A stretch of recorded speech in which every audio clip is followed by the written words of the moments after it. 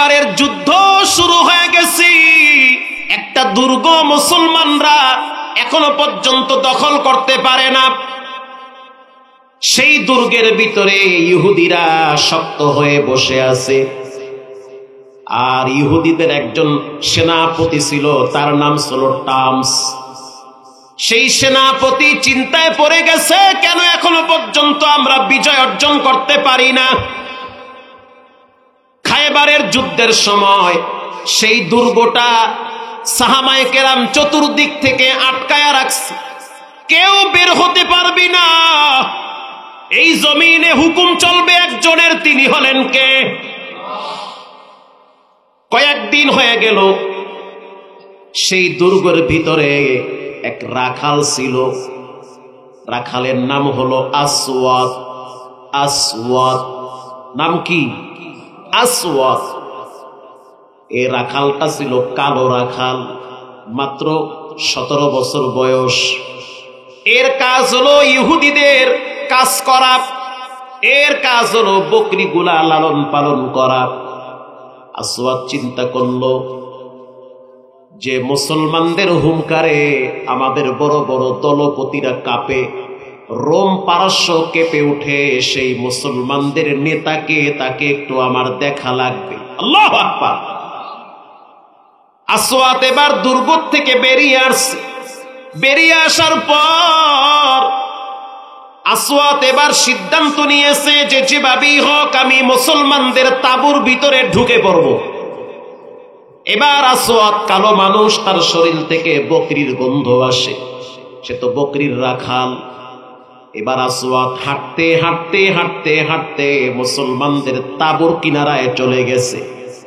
তাঁবুর কিনারায় যাওয়ার পর আল্লাহর নবীর সাহাবী মুআজ ইবনে জাবাল তাকে আটকায় দিছে। খবরদার, তুই কই যাও? বলে আমি একজন রাখাল, আমার কাজ হলো বকরিকে পরিষ্কার করা, গোসল করানো, খাবার খাওয়ানো, জঙ্গলার ভিতরে পাতা খাইতে নিয়ে যাই। কিন্তু আমার দিলের তামান্না, আমি মুসলমানদের নবী মুহাম্মদকে দেখতে চাই, এটা আমার ইচ্ছা। যদি একটু আমারে সুযোগ করে দাও, আমি একটু পর্দার ভিতরে গিয়া মুহাম্মদকে দেখে আসব। আল্লাহর নবীর সাহাবী, প্রিয় সাহাবী অনুমতি দিল, ঠিক আছে তুমি এবার ভিতরে যেতে পারো, কোনো বাধা দেওয়া হবে না। যখন তাঁবুর মেইন গেটে গেল, গিয়া দেখলো 2 জন সাহাবী দাঁড়িয়ে আছে। সাদ বিন আবি ওয়াক্কাস দেখতে অনেক সুন্দর, সুঠাম দেহের অধিকারী, ইসলামের একজন অকুতোভয় সৈনিক। আল্লাহু আকবার। সে শক্ত হাতে তরবারি হাতে নিয়ে দাঁড়িয়ে আছে, আল্লাহর নবীকে পাহারা দিচ্ছে। কোন জালেম স্বৈরাচার বেঈমানরা যেন রাসূলুল্লাহর উপরে আক্রমণ করতে না পারে। আগের যুগে যুবকদের রক্ত ব্যয় হইতো ইসলামের জন্য, কোরআনের জন্য, আর বর্তমান যুবকদের রক্ত জীবন ব্যয় হয় মেয়েদের জন্য। কথা কন না, আল্লাহ হেদায়েত দান করুন। আসওয়াদ রাদিয়াল্লাহু তাআলা আনহু বলতে আছে, নবীর সাহাবী সাদ বিন আবি ওয়াক্কাস, আমাকে একটু ভিতরে ঢুকতে দাও, আমি মুসলমানদের নেতা মুহাম্মদকে দেখতে চাই। ঠিক আছে ভিতরে যাও। যখন ভিতরে গেল, গিয়া নবীরে জিজ্ঞেস করলো যে ইসলাম ধর্মের নবী মুহাম্মদ কোথায়? কারণ সে মনে করছে যে তার দলের ইহুদিদের নেতাদের মতো সিংহাসন সাজায়া স্মরণের চেহারে বসে থাকবে, আর 5-6 জনে মিলে তারে হাত পাও টিপবে। গিয়া দেখলো একজন ব্যক্তি জীর্ণ শীর্ণ পোশাক পরে চাটাইয়ের উপরে শুয়ে আছে। আর এই রাখালকে দেখার পর আল্লাহর হাবিব সোয়াব থেকে বসে পড়েছে। আল্লাহু আকবার। আল্লাহর রাসূল মুস্কি হেসে দিয়ে বলল, তার নাম কি? বলে মুহাম্মদ। বলে আনা মুহাম্মদ, আমি তো মুহাম্মদ। বলে আপনি কি আব্দুল্লাহর বেটা? বলে হ্যাঁ। আপনার মায়ের নাম কি আমেনা? বলে হ্যাঁ। তাহলে তো মিলে গেছে। আপনার দাদার নাম কি আব্দুল মুত্তালিব? বলে হ্যাঁ, আব্দুল মুত্তালিব। আল্লাহু আকবার। আমি আশ্চর্য হয়ে গেছি। আমি আপনাকে যে অবস্থায় দেখার জন্য প্রস্তুতি নিয়েছি, এখন আসার পরে দেখলাম আপনি ওই অবস্থায় নাই। আপনি একেবারে স্বাভাবিকভাবে নরমাল অবস্থায় আছেন। এবার আমি জানতে চাই আপনি কেন আসছেন এখানে? বলে আমি একমাত্র একটা কারণে আসছি, কুলু লা ইলাহা ইল্লাল্লাহ তুফলিহুন। পৃথিবীর সব মানুষ বলো আল্লাহ এক, অদ্বিতীয়। লাত উজ্জা এরা কোনোদিন রব হওয়ার যোগ্যতা রাখে না। রব হওয়ার যোগ্যতা একজন রাখেন, তিনি হলেন কে? আসওয়াত এবার মজার ছলে বলল, যদি আমি এখন মুসলমান হই তো আমার লাভ কি? আল্লাহর রাসূল বলতে আছে, প্রথম লাভ হলো আল্লাহ রাব্বুল আলামিন তোমাকে এই মুহূর্তে জান্নাতি যুবকদের খাতায় নাম লিখে দিবে। আসওয়াত বলতে আছে, আমি যদি মুসলমান হই তাহলে আপনি কি আমার সাথে মুসাফা করবেন? বলে হ্যাঁ করব। আমি যদি মুসলমান হই তাহলে আপনি আমার সাথে কি আলিঙ্গন করবেন? বলে হ্যাঁ করব। আমি তো গোলাম, আমার শরীর থেকে তো বকরির গন্ধ আসে। আল্লাহর রাসূল বলতে আছে, আসওয়াত আল ইসলামু ইয়ানহাদিমু মা কানা ক্বাবলা। কেউ যদি ইসলামে প্রবেশ করে রব্বুল আলামিন তার গুনার ময়লা দূর করে দেয়, তুমি পবিত্র হয়ে যাবে। আসওয়াত রাদিয়াল্লাহু তাআলা আনহু রাসূলুল্লাহর ব্যবহার দেখে, কথা শুনে মুগ্ধ হয়ে হাত বাড়ায় দিছে। দেরি আর করি নাই, এখনই আপনি আমাকে কালেমা পড়ে মুসলমান বানায় দেন। মুসলমান হয়ে গেল। আল্লাহর হাবিব আসওয়াতকে বুকের সাথে জড়ায় ধরলো, কপালে চুমা লাগলো। হুজুর আমার এখন কাজ কি? বলে এখন তো নামাজের টাইম, রোজারও সময় না। তোমার এখন কাজ, তুমি তরবারি নিয়ে বেঈমানদের বিরুদ্ধে যুদ্ধে ঝাঁপিয়ে পড়বে। আল্লাহু আকবার। আসওয়াত রাদিয়াল্লাহু তাআলা আনহু যখন রুম থেকে বের হচ্ছে, আল্লাহর নবীর সাহাবী আনাস ইবনে সাদ বিন আবি ওয়াক্কাস বলে, আসওয়াত তোমার শরীর থেকে তো মিশকের ঘ্রাণ বের হচ্ছে, মনে হয় রাসূলুল্লাহ তোমাকে বুকের সাথে জড়ায়া ধরছে। আসওয়াত বাচ্চাদের মতো চোখের পানি ছেড়ে কাঁদতেছে, হুজুর এতদিন আমি নামাজের নূর পাই নাই, হেদায়েতের নূর পাই নাই, এখন আল্লাহ আমাকে হেদায়েত দিয়েছে, আমার কলিজাটা ইসলামের জন্য বড় হয়ে গেছে। যুদ্ধ শুরু হয়ে গেল। একটা পর্যায়ে যুদ্ধ শেষ হয়ে গেল। আল্লাহর হাবিব রাহমাতুল লিল আলামিন সাহাবীদের লাশ খুঁজতেছে, কার লাশ কোথায় পড়ে আছে। খুঁজতে খুঁজতে অনেকের লাশ পাওয়া গেল, কিন্তু আল্লাহর নবী সেই রাখালকে খুঁজে পাচ্ছে না। আল্লাহর নবী প্রশ্ন করল, আবু বকর, আমার সেই রাখাল সাহাবী আসওয়াত কোথায়? এখনো পর্যন্ত বিবাহ করে নাই, এখনো পর্যন্ত নামাজ পড়ার সময় পায় নাই, সেই আসওয়াত নামের যুবক সাহাবী কোথায়? হযরত আবু বকর রাদিয়াল্লাহু তাআলা আনহু, হযরত আলী, হযরত ওমর খোঁজা শুরু করে দিল। খুঁজতে খুঁজতে গিয়া দেখলো একটা পাহাড়ের নিচে তার রক্ত শরীর থেকে বায়া বায়া পড়তেছে। আসওয়াত রাদিয়াল্লাহু তাআলা আনহু শহীদ হয়েছে, নিথর দেহ পড়ে আছে। আল্লাহর হাবিব রাহমাতুল লিল আলামিন আসওয়াদের কাছে গিয়ে তাকায়া মুস্কি হেসে দিয়ে রাসূলুল্লাহ চেহারা ফিরায় নিছে। হযরত আবু বকর বলল, ইয়া নবী আল্লাহ, শরীর থেকে রক্ত বেয়ে যায় আর আপনি আসওয়াদের দিকে তাকাইয়া হাসেন, কারণ কি? বলে, আমি রাসূল যা দেখি তোমরা তা দেখো না। আমি তাকায় দেখতেছি এই রাখালটাকে জান্নাতের পানি দিয়া গোসল করানো হইতেছে।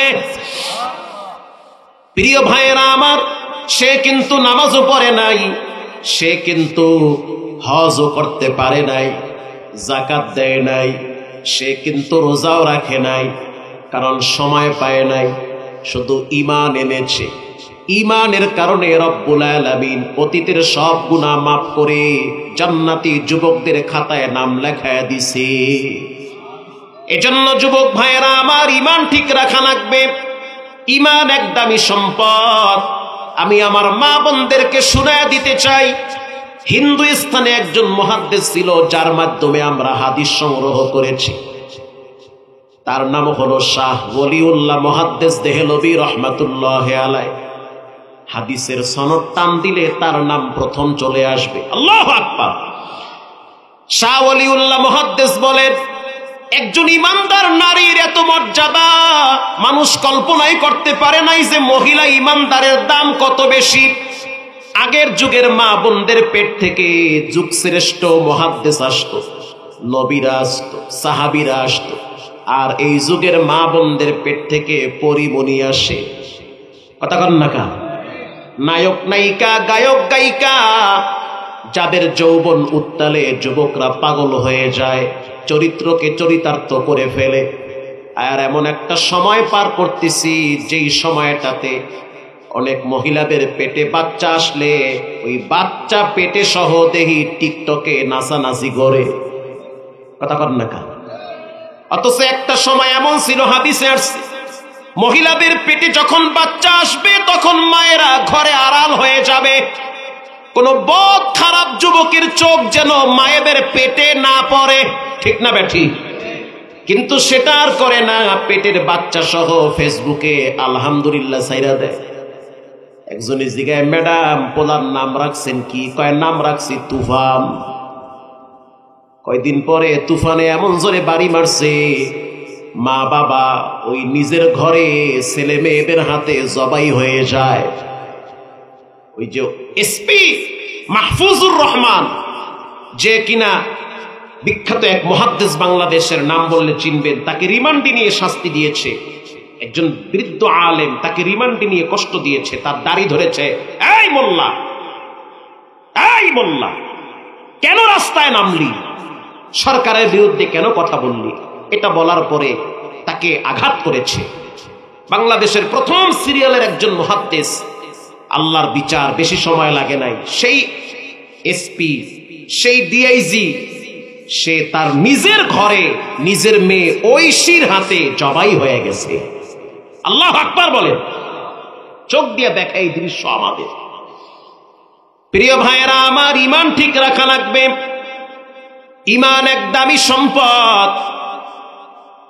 ওলিউল্লাহ মুহাদ্দিস দেহলভী রহমাতুল্লাহি আলাইহি বলেন, ভারতের জমিনে বৃষ্টি বন্ধ হয়ে গেছে। আমাদের দেশেও তো মাঝে মাঝে বৃষ্টি বন্ধ হয়ে যায়, দেখছেন না? হুজুরেরা সহ সবাই কান্দাকাটি শুরু হয়ে গেছে, বৃষ্টি দাও আল্লাহ, অবস্থা খুব খারাপ। শাহ ওলিউল্লাহ মুহাদ্দিস বলেন, যখন বৃষ্টি বন্ধ হয়ে গেছে, আমরা কিছু মানুষদেরকে মাঠে পাঠাইয়া দিছি, যাও মাঠে গিয়ে রবের দরবারে কান্দো, দুই হাত এরকম করে বৃষ্টির জন্য দোয়া করো। অন্য দোয়া করার সময় এরকম করা লাগে, বৃষ্টি চাওয়ার দোয়ার জন্য এরকম করা লাগে। ঠিক না বেঠি? দুই হাত এমন করা লাগে, রোদের তাপ যেন চামড়ার উপরে ভালো করে লাগে। পৃথিবীতে এমন কোন নামাজ নাই যেই নামাজে গরু ছাগল নেয়, কিন্তু সালাতুল ইস্তিসখারের নামাজে গরু ছাগলও নেওয়া লাগে। এটাও তো অনেকে জানে না। 10টা নায়কের নাম জানে, 5টা নায়িকার নাম জানে, কিন্তু কোন নামাজ কখন পড়া লাগে এগুলা আমার সমাজের অনেক যুবক যুবতীরাও জানে না। কথা ঠিক না বেঠিক? জানে না এগুলা। কেন জানে না? প্রিয় ভাইয়েরা আমার, শাহ ওলিউল্লাহ বলেন, একটানা 3 দিন বৃষ্টির জন্য দোয়া করছি, কোনো বৃষ্টি নাই। দোয়া করলে দেখি বৃষ্টি আরো যাও মেঘ আহে, হেও দেখি জায়গা। দোয়ার উল্টো অ্যাকশন। তার মানে আল্লাহ খুব রাগ করছে। 3 দিন পর্যন্ত মোল্লা মুন্সি মৌলবী সবাই নিয়ে দোয়া করতেছি, কোনো কাজ হয় না। যাও দেখি মেঘ করে, মনে করি বৃষ্টি আসবে, পরের দিন দেখি রোদ আরো বেশি ওঠে, অবস্থা খারাপ। 4র্থ দিনের দিন জুমার নামাজের আগে আগে সকাল 10টায় আমরা কিছু মানুষজন একত্রিত হয়ে সালাতুল ইস্তিসখারের নামাজের জন্য চলে গেলাম একটা মাঠের ভিতরে। নামাজ শেষ করে যখন আমরা বাড়ির দিকে যাইতেছি, তখন দেখতে পাইলাম গরুর গাড়ি। সেই গরুর গাড়ির ভিতরে একটা ঘর আছে। আগের যুগে গরুর গাড়ি আপনারা দেখছেন কি দেখেন না? এখনো গরুর গাড়ি আছে। চৌহালি, সিরাজগঞ্জে গেলে, চর অঞ্চলে গেলে আপনারা দেখতে পাবেন। সেই গরুর গাড়ির উপরে পর্দা লাগানো, সামনে এক তরুণ নওজোয়ান যুবক বসে আছে। শাহ ওয়ালিউল্লাহ ওই যুবককে দেখার সাথে সাথে সালাম দিয়েছে। প্রথম যুবক সালাম দিয়েছে, সালামের উত্তর মুহাদ্দিস সাহেব নিয়েছে। হুজুর আপনারা এখানে কেন আসছে? বলে বৃষ্টির জন্য এত দোয়া করি কিন্তু কোনো ফলাফল হচ্ছে না। এবার যুবক বলতে আছে, যদি আপনি মনে কিছু না নেন তাহলে আমি আর আমার মা দুইজনে মিলে একটু আল্লাহর কাছে দোয়া করি। আল্লাহু আকবার, জোরে বলেন। শাহ ওয়ালিউল্লাহ মুহাদ্দিস বলেন, আমি আশ্চর্য হয়ে গেলাম যে এই যুবক বলে যে আমি আর আমার মা দুইজনে মিলে একটু দোয়া করি। হুজুর বলল, হ্যাঁ দোয়া করো বাবা, কোনো অসুবিধা নাই, আরো বেশি ভালো উপকার হবে।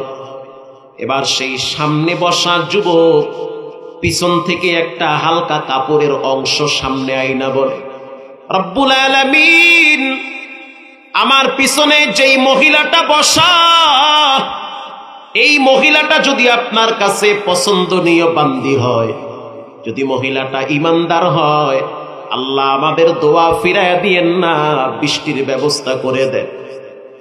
মুহাদ্দিস সাহেব বলে, বলার সাথে সাথে 5-7 মিনিটের ভিতরে তাকায় দেখলাম রোদের তাপ কমে গিয়েছে। শুধু তাই না, ঘন্টা খানেকের ভিতরে আকাশটা মেঘাচ্ছন্ন হয়ে মুষলধারে বৃষ্টি শুরু হয়েছে। আমরা ঘরে যাওয়ার আগে ভিজে ঘরে গিয়েছি। এবার ওই যুবককে আমি প্রশ্ন করলাম, যুবক কি তোমার নাম? বলে, আমার নাম হলো সাআদ। আল্লাহু আকবার। তোমার মা পিছন থেকে তোমার জন্য নয় আমাদের জন্য দোয়া করেছে, বৃষ্টির জন্য দোয়া করেছে। তোমার মায়ের পরিচয়টা জানতে চাই। যুবক বলতেছে, মুহাদ্দিস সাহেব, আমার মা আজ থেকে 10 বছর আগে বিধবা হয়েছে। আমার আব্বা কবর দেশের যাত্রী হয়েছে। আমি এক এতিম সন্তান। আমার মা বিধবা নারী। কিন্তু আমি জন্মের পরে যতটুকু আমার জ্ঞান ছিল, যখন থেকে আমার বুঝ হয়েছে, আমি কোনোদিন দেখি নাই যে আমার মা কোনোদিন কোনো বেগানা পুরুষের সামনে দাঁড়িয়েছে। আল্লাহু আকবার। আমি আমার মায়ের ভোর রাত্রের কান্নার আওয়াজ কান দিয়ে শুনছি।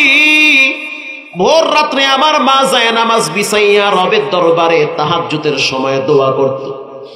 আর এই দোয়ার বরকতে রব্বুল আলামিন তাকে মুস্তাজাবুদ দাওয়া বানায়া দিছে। সে সময় পাইলে ইস্তেগফার পড়ে, দুরূদ শরীফ পড়ে, নিয়মিত কোরআন তেলাওয়াত করে। আর এখনকার যুগের মা বোনেরা কিরণমালার জি বাংলা নিয়ে ব্যস্ত থাকে। আর মায়েদের ছেলে মেয়েরা পাবজি, ফ্রি ফায়ার, টিকটক এগুলা নিয়ে ব্যস্ত থাকে। পুরা পরিবারটা ধ্বংসের দ্বার প্রান্তে চলে গিয়েছে। কেউ শান্তিতে নাই, এক একজনে আলাদা আলাদা অশান্তিতে পার করে। প্রিয় ভাইয়েরা আমার, এজন্য রব্বুল আলামিন বলেন, ইন্নাল্লাযীনা আমানু ওয়া আমিলুস সালিহাত, জান্নাত যদি পাইতে চান 1 নম্বরে ঈমান লাগবে। আল্লাহু আকবার। 2 নম্বরে নেক আমল লাগবে। এই 2টা কাজ যে ব্যক্তি করতে পারবে, রব্বুল আলামিন বলেন, কানাত লাহুম জান্নাতুল ফিরদাউসি নুজুলা, আল্লাহ তাআলা তার জন্য জান্নাতে মেহমানদারি ব্যবস্থা করবে। কেমন জান্নাত তাকে দান করবে? দুনিয়ার ভিতরে মানুষ বুড়াও হয়, দুনিয়ার ভিতরে মানুষ এক সময় দাঁত পড়ে যায়, চুল পেকে যায়। আল্লাহর রাসূল বলেন, জান্নাতে কোনো মানুষ বুড়া হবে না। সুবহানাল্লাহ বলেন। কোনো মানুষের দাঁত পড়বে না। আল্লাহ তাআলা এক একজন মানুষকে ইউসুফ নবীর চেহারার সৌন্দর্য দান করবে। আর এক একটা মানুষ লম্বা হবে আদম নবীর মতো। আল্লাহু আকবার। আর এক একটা মানুষের কণ্ঠ হবে দাউদ নবীর মতো। এক একটা মানুষকে আল্লাহ তাআলা চরিত্র আর ক্যারেক্টার দান করবে মুহাম্মাদুর রাসূলুল্লাহর মতো। সুবহানাল্লাহ বলেন। তাহলে জান্নাতি এক একজন মানুষকে চেহারা দান করবে ইউসুফ নবীর মতো। এক একজন মানুষ লম্বা হবে আদম নবীর মতো। এক একজন মানুষের কণ্ঠ হবে দাউদ নবীর মতো। আর এক একজন মানুষের চরিত্র হবে মুহাম্মাদুর রাসূলুল্লাহর মতো। প্রিয় ভাইরা আমার, বাবারা আমার, অনুরোধ করে বলি, বিনয়ের সহিত বলি, ঈমানের প্রথম দাবি হলো নামাজ। আল্লাহু আকবার। ইমানের প্রথম দাবি কি? নামাজ। পঙ্গু হসপিটালে আমার এক ভাইরায় ডিউটি করে, তার কাজ হলো হাড্ডিগুলা এগুলা মিশিংকে চেক করে যে হাড্ডির ভিতরে কোনো ভাইরাস আছে কিনা। কথা কি বুঝেন? ডাক্তার সফিউল্লাহ সাহেব আমার আপন ভাইরা, তো তার কাজ হলো হাড্ডি চেক করা যে হাড্ডির ভিতরে কোনো ভাইরাস ঢুকছে কিনা। তো মাঝে মাঝে দেখা হয়, কথা হয়, সে বলে যে ম্যাক্সিমাম যারা রুগী আসে অধিকাংশই তো যুবক রুগী, কারণ দেশে হুন্ডা বাড়ছে না কমছে? অ্যাক্সিডেন্ট কম না বেশি? সবচেয়ে বেশি হুন্ডা অ্যাক্সিডেন্ট হয়, তা হাড় হোর ভেঙ্গে হসপিটালে পড়ে থাকে। তো আমি বললাম তারা কোন বিষয়টা নিয়ে আফসোস করে? তো সে বলল সবচেয়ে বেশি আফসোস করে যে তারা নামাজ পড়তে পারে না এই বিষয় নিয়ে। কারণ যখন হাড় ভালো ছিল, শক্তি ছিল, পা ঠিক ছিল, তখন নামাজ পড়ে নাই। আর এখন 24 ঘন্টা শুয়ে থাকা লাগে, আফসোসে বাসে না যে আল্লাহ নামাজ তো পড়তে পারি না। যাদের হাত পা ঠিক আছে, টাইম মতো নামাজ পড়েন, রব চাইলে হাড্ডি হুড্ডি ভেঙ্গে ভিক্ষার পট হাতে ধরায়া দিতে পারে। কথা ঠিক না ব্যাঠিক? আল্লাহর কাছে গোপনে তওবা করেন, যতটুকুন আল্লাহ ঠিক রাখছে দেহটাকে অতটুকুন সময় আল্লাহকে দেন।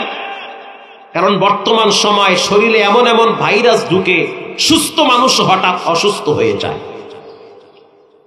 প্রিয় ভাইয়েরা আমার, জান্নাতে যাওয়ার জন্য প্রথম শর্ত হলো ঈমান। জোরে বলেন কি? ঈমান। আমি কোরআন থেকে দুই একটা কথা বলে আপনাদেরকে নিয়ে দোয়ার দিকে চলে যাব। ঈমান কাকে বলে? পৃথিবীর ভিতরে একজন শ্রেষ্ঠ অন্যতম পয়গম্বরের নাম হলো ইব্রাহিম আলাইহিস সালাম। আমাদের জাতির পিতার নাম কি? না একটু সুন্দর করে আওয়াজ দিয়ে বলেন, কি নাম? ইব্রাহিম আলাইহিস সালাম। এতে কোনো সন্দেহ আছে? যদি সন্দেহ থাকে তার ঈমান থাকবে? তার ঈমান থাকবে না। মিল্লাত আবিকুম ইব্রাহিম হুয়া সাম্মাকুমুল মুসলিমিন। এই মিল্লাতের পিতা বাপ হলো ইব্রাহিম আলাইহিস সালাম। আউয়ালু ইউকসারু ইয়াউমাল কিয়ামাতি ইব্রাহিম আলাইহিস সালাম। কিয়ামতের ময়দানে সর্বপ্রথম আল্লাহ তাআলা ইব্রাহিম নবীকে তার শরীরের পোশাক পরাবে। সুবহানাল্লাহ নাই? হাসরের ময়দানে সবাই তো উলঙ্গ থাকবে, প্রথম পোশাক পরানো হবে ইব্রাহিম নবীকে। কারণ ইব্রাহিম নবী ঈমানের জন্য তাকে উলঙ্গ করা হয়েছে। ঈমানের জন্য তাকে কি করা হয়েছে?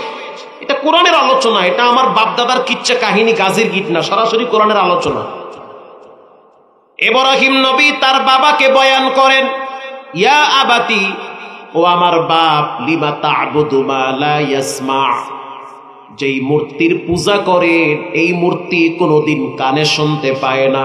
কথা ঠিক না বেঠি? কানে শোনে? ওয়ালা ইয়াসমা ওয়ালা ইউবসির, চোখেও দেখে না, কানেও শোনে না, তো কি লেগে ছাতা মাতার পূজা করেন আপনি? এটি বাদ দেন। বাপ রাগ করছে, ক্ষিপ্ত হয়েছে, মেজাজ গরম করেছে। ওই স্বার্থে যে আঘাত লাগছে, ওই যে বললাম স্বার্থে আঘাত লাগলে আপন মানুষগুলো কি হয়? পর হয়ে যায়। ইব্রাহিম নবীর বাপ তো নমরুদের চামচামি করত। কথা কি বুঝতেছেন আপনারা? নবীর বাপ ইব্রাহিম কার চামচামি করত? নমরুদের। এতে কি আপনাদের কোনো সন্দেহ আছে নাকি? আবার না, কোনো সন্দেহ থাকার তো প্রশ্নই আসে না। ছেলে হলো একজন শ্রেষ্ঠতম পয়গম্বর, মিল্লাত আবিকুম ইব্রাহিম, এ জাতির পিতা। আর তার বাপ, আপন বাবা যার সাথে ব্লাডের কালেকশন, সেই বাপ মূর্তির পূজা করে। তার মানে বোঝা গেল হেদায়েতের মালিক নবীর হাতেও নাই, হেদায়েতের মালিক কে? আল্লাহ তাআলা। ইব্রাহিম নবী যখন বুঝাইল আব্বা এগুলো ছেড়ে দেন, এবার তার বাবা বলেন, ওয়াহজুরুনি মালিয়া, যদি তুমি নমরুদের বিরুদ্ধে অবস্থান নাও, তার মানে আমার নেতার বিরুদ্ধে যদি কথা বলো, তাহলে তোমাকে আমি পাথর মেরে হত্যা করব। কি মনে করলেন আপনি? ওই যুগের সাথে এই যুগ মিলাইয়া দেখেন তো কিছুটা মিল আছে না নাই? হুজুর কথা যা বলেন বলেন, আমার নেতা নেত্রীর বিরুদ্ধে কিছু বলতে পারবেন না, এইটা কইলেই কিন্তু আপনি ভালো না। আরে ভাই, ইব্রাহিম নবীও তো তার বাবার কাছে ভালো থাকতে পারে নাই। যখন বয়ান শুরু করলো যে আব্বা এগুলো বাদ দেন, এগুলো ভালো না, আমার উপরে ওহী আসছে, আপনি তো বুঝেন না যে আপনি কোন রাস্তায় আছেন, আপনি তো অন্ধ হয়ে গেছেন দলের জন্য, আপনি তো অন্ধ হয়ে গেছেন, নেতার প্রেমে পাগল হয়ে গেছেন, এগুলো বাদ দেন। ইব্রাহিম নবীর বাবা রাগ করছে, ওয়াহজুরুনি মালিয়া, বেটা তোমাকে দেশ ছাড়া করব, এই দেশে তুমি থাকতে পারবে না। এবার ইব্রাহিম নবী বয়ান করেন, ক্বালা সালামুন আলাইক, আব্বা আপনার সাথে আমার কোনো ঝগড়া নাই। আল্লাহু আকবার বলেন। ক্বালা সালামুন আলাইক, আব্বা আপনার সাথে আমার কোনো ঝগড়া নাই। এই সালাম মানি সারাসারি সালাম। সালাম দুই প্রকার, একটা হলো শান্তির সালাম, আর একটা হলো আপনার সাথে আমার ঝগড়া নাই, দুইজনই আলাদা। মূল উদ্দেশ্য একটাই, যে ঝগড়া চাই না, গ্যাঞ্জাম চাই না, চাই আল্লাহর রহমত আর বরকত আর শান্তি। ঠিক না বেঠিক? ইব্রাহিম নবী যখন বলল সাস্তাগফিরু লাকা রাব্বি ইন্নাহু কানা বি হাফিয়া, আব্বা আমি আপনার জন্য আল্লাহর কাছে তওবা করতেই থাকবো। সুবহানাল্লাহ বলেন। আপনি তো বুঝেন না, আপনি তো নমরুদের চামচামি করেন, আমি আপনার জন্য আল্লাহর কাছে ক্ষমা চাবো। আল্লাহ তাআলা বললেন, ইব্রাহিম কে কার বাপ কে কার বেটা এই পরিচয় আমার কাছে চলবে না, আমার কাছে পরিচয় চলবে ঈমানের। আল্লাহু আকবার বলেন। ইব্রাহিম নবীর হাতে পায়ে শিকল লাগায়া, লম্বা ইতিহাস, যখন আগুনে ফেলাবে, ইব্রাহিম নবীর শরীরে শুধু একটা পোশাক ছিল, সেটা হলো একটা লম্বা পায়জামা, ঢোলা পায়জামা। তাফসীরে ইবনে কাসিরে আসছে পায়জামাটা অনেক ঢোলা ছিল। উনি তো অনেক স্বাস্থ্যবান নবী ছিল, দেখতে সুন্দর ছিল, সুঠাম দেহের অধিকারী ছিল। তো এই পায়জামার ফিতা ছিল, ফিতা দিয়া টাইট করে পায়জামা বেঁধেছে ইব্রাহিম নবী। তো নমরুদ বলতে আছে যে আজর, আজর হলো ইব্রাহিম নবীর বাপ। আজর কোন নবীর বাপ? ওয়াইদ ক্বালা ইব্রাহিমু আজর আতাত্তাখিযু আসনামান আলিহা। আজর ইব্রাহিম নবীর বাপ। নমরুদ বলল, আজর তুমি তো আমার গোলাম, আর তোমার বেটা হইছে আল্লাহর গোলাম। বাপ নমরুদের গোলাম, আর বেটা কার গোলাম? আরো জোরে বলেন, কার? আল্লাহর গোলাম। প্রিয় ভাইরা আমার, এখন নমরুদের উদ্দেশ্য হলো যে ইব্রাহিম নবীকে আরো কষ্ট দিবে। এজন্য তার বাপকে বলল, যাও তুমি গিয়ে তোমার বেটার পায়জামার ফিতা ধরে টেনে পায়জামা খুলে তাকে উলঙ্গ করো। বলেন নাউজুবিল্লাহ। ইসলামের জন্য কতটুকু ত্যাগ স্বীকার করেছে।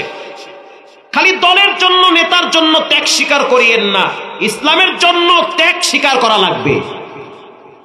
ইব্রাহিম নবীকে উলঙ্গ করার আগে যখন পায়জামার ফিতা ধরে টান দিবে, ওই সময় ইব্রাহিম নবী মাথা নিচু করে চোখের পানি ছেড়ে দিয়েছে।